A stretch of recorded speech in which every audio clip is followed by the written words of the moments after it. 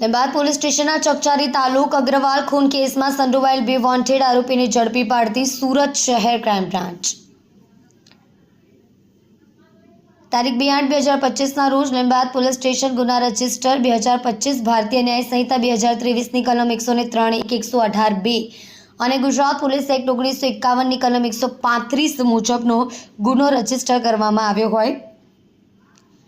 ગુનામાં લીંબાયત Dumbhal fire station પાસે અજાણ્યા આરોપીઓએ મરનાર આલોક અગ્રવાલ નામના ઈસમના શરીરે તીક્ષ્ણ હત્યાના ચપ્પુના ઘા મારી ગંભીર ઈજાઓ પહોંચાડીને નાસી ગયા હતા। સદર ગુનો હત્યાનો હોય જેથી આ ગુનામાં સંડોવાયેલ અન્ય આરોપીઓને સત્વરે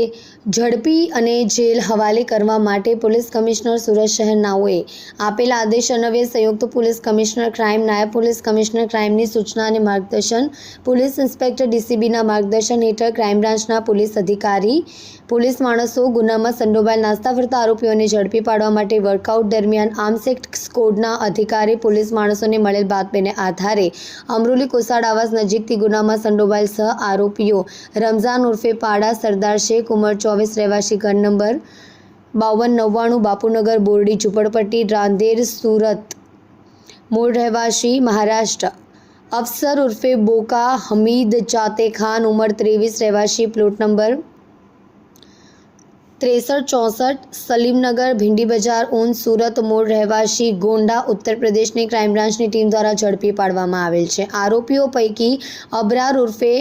અબરાર લસ્સી માનસિક મોહમ્મદ ઇબ્રાહીમ ઉર્ફે જુગનુ શેખ ઉંમર 25 દીપક સરજુ સિંઘ ઉંમર 35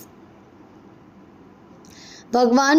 મગળુભાઈ સ્વાઈનાઓની ધરપકડ કરવામાં આવી હતી। સંડોવાયેલ તમામ આરોપીઓએ ઘડેલ સુનિયોજિત કાવતરા મુજબ મરનાર આલોક અગ્રવાલની હત્યાના ગુનાને અંજામ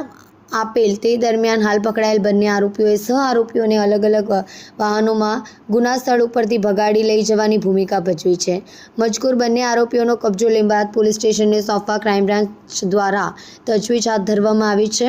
આરોપી માથાભારે જનૂની અને તકરારી સ્વભાવનો હોય સુરત શહેર સુરત ગ્રામ્ય અને આજુબાજુના વિસ્તારમાંથી અવારનવાર તડીપાર કરવામાં આવ્યો છે, જેમાં આજ દિન સુધી તડીપાર હુકમ ભંગના કુલ 45થી વધુ ગુનાઓમાં પકડાયેલ ચૂકેલ છે।